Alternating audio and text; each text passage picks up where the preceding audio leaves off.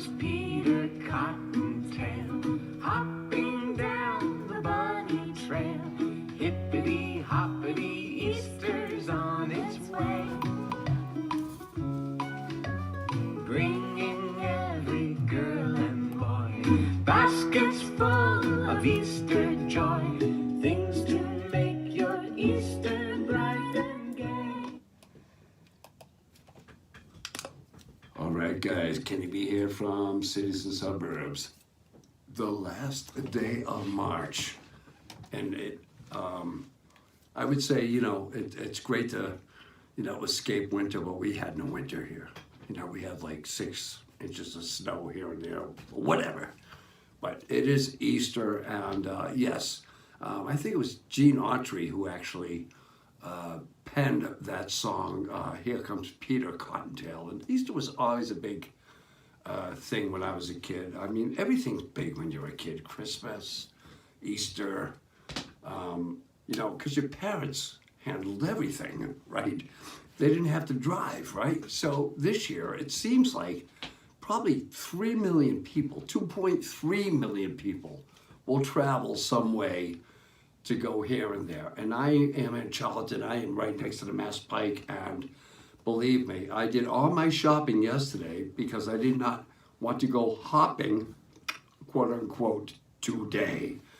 So anyway, yeah, Easter Sunday is a Christian Catholic holiday, and actually really not acknowledged as a holiday. It happens on Sunday, kind of like Thanksgiving, right? Drops right on that Thursday, and it drops on that Sunday, but it's not acknowledged as a state holiday, a federal holiday. It is a religious celebration, none different than Ramadan, which is what is happening now.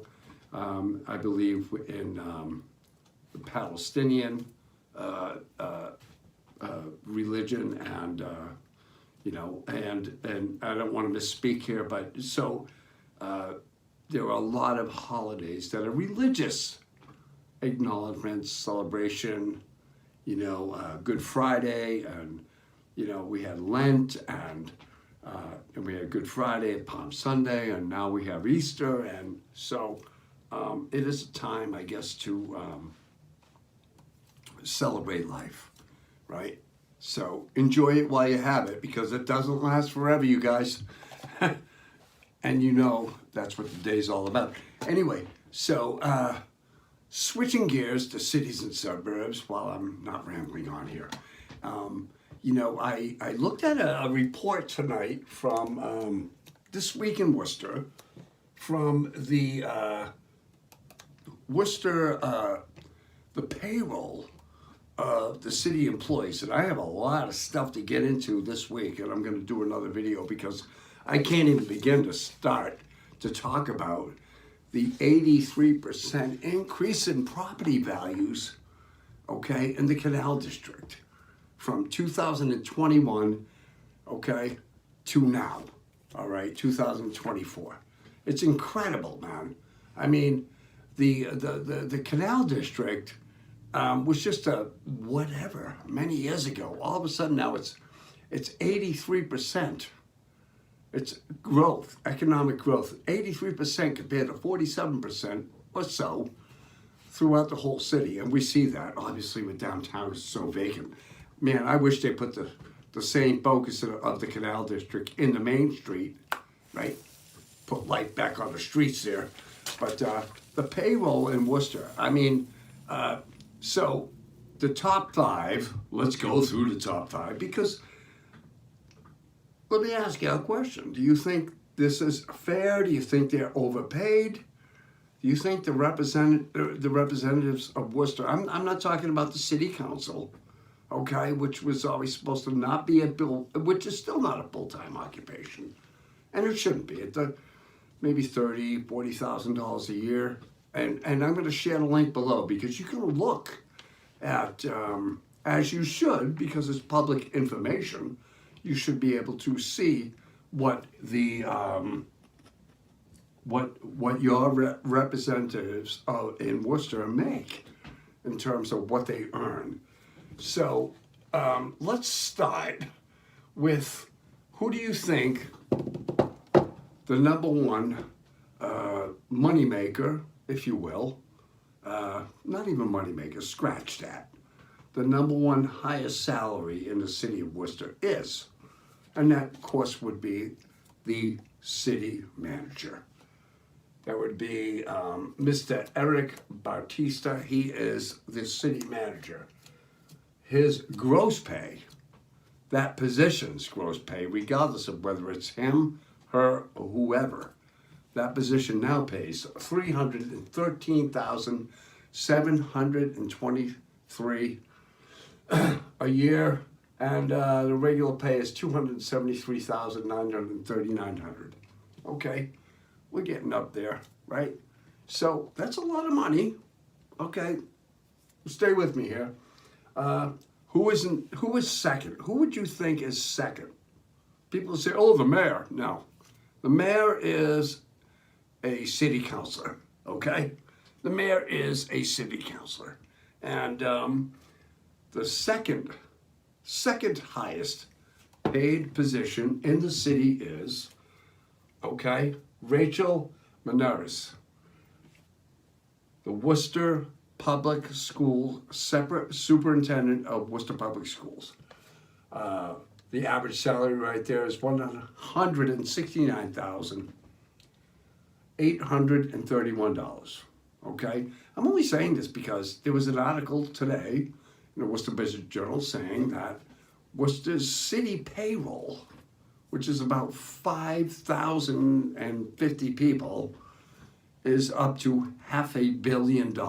Okay, but I'm being sarcastic about this because we live in a city that it's tough, and we wonder, where's the money going, and then we look at the payroll.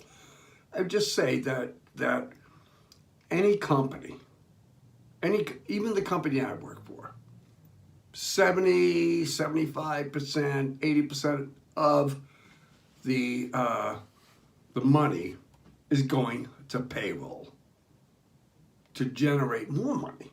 And that's when we get into the Canal District and bringing in money, and we need people, experienced people, to bring in money and keep the commerce going and keep the city going. And but when I look at the city manager, right now, okay, $273,939. All right, what do you think Michelle Wu, the mayor of Boston, right now earns?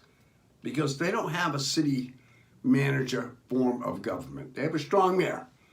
What do you think she earns, that position earns? I shouldn't even say she, he. The position, right? Regardless of who's at the helm. Not a gender thing, right? It's a position thing, okay? So I think that, the third is the chief of police. All right, the chief of police in that position is particularly earning $276,639, okay? Regular pay, $169,000, about $170,000, okay? So that's a lot of money. But, you're on call 24/7, correct? Right? You're taking, this is not a job where you just punch in and punch out. And I actually look at some of these numbers thinking maybe they're underpaid, right? But you're in a city with particularly in Worcester, that is a middle-class city, and we're trying to generate income. Canal District is generating income, jacking up all the prices for everybody else in that district. I get it. But, do you feel, and I'll share the link below, do you feel that the city of Worcester employees, and it goes through all of them, and I have to say, all of them are certainly, I work in Worcester, I serve, I help people find work, and I feel like I'm providing a service, and I'm making half and less. I pay a lot in taxes because I don't have anything to write off. But is it fair? Is Worcester fair with its, $500